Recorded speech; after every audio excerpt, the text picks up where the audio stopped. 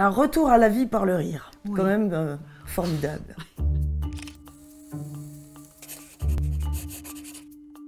Bonjour, alors moi je m'appelle Hélène Gustin, je suis au Rire médecin depuis 25-26 ans. Mon clown s'appelle Colette Gomet, j'ai pas mal été référente dans des hôpitaux et je suis actuellement volante. Je bouge d'hôpitaux en hôpitaux. Je m'appelle Laurie Lachine, je suis au Rire médecin depuis le début. Mon clown c'est Tata Jeep et pour les intimes c'est Tata Tout-Terrain. On a un souvenir très mémorable dans toute notre carrière au Rire médecin. Laurie et moi, on a joué un jour ensemble à Garches. Qui est une grande centre de rééducation. Où il y a beaucoup d'accidentés de la route, beaucoup de situations très sensibles, critiques. On était là pour rendre visite à un garçon de 6-7 ans qui était renversé par une voiture et qui était en coma. Donc il était alité, avec les yeux grands ouverts, mais il ne voyait pas. Moi, j'étais sûre qu'il entendait, donc qu'il fallait le toucher, il fallait raconter des choses, on se présentait, tout ça. Il y avait, à l'époque même, il y avait des gens qui ne croyaient pas qu'ils entendaient. Ouais, mais nous, on avait une formation du professeur. Elle nous a dit, ce qu'il faut que vous gardez dans vos têtes, c'est que les enfants, dans les comas, ils vous entendent. Et elle avait raison, que ces enfants, ils entendent. Je n'avais pas assisté à cette formation-là, donc moi je suis rentrée avec une toute autre chose dans ma tête en me disant mais qu'est-ce qu'on va faire?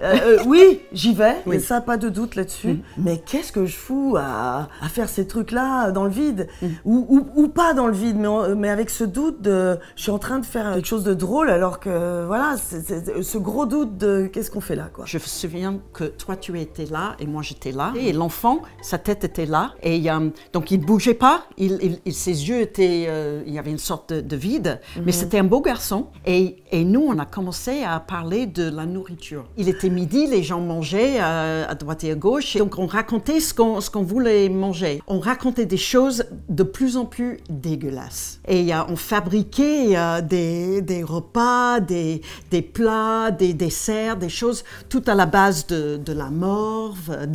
Donc on était dans un ping-pong comme ça, de fruits et légumes dégueulasses et variés, et d'un seul coup, le rire. Il y a un temps de... Est-ce qu'on a entendu, quoi? Donc on recommence l'histoire de dégueulasse. Et il rit. Et on monte, encore une fois, et il a continué à réagir. On a foncé trouver les soignants. Ils sont tous revenus.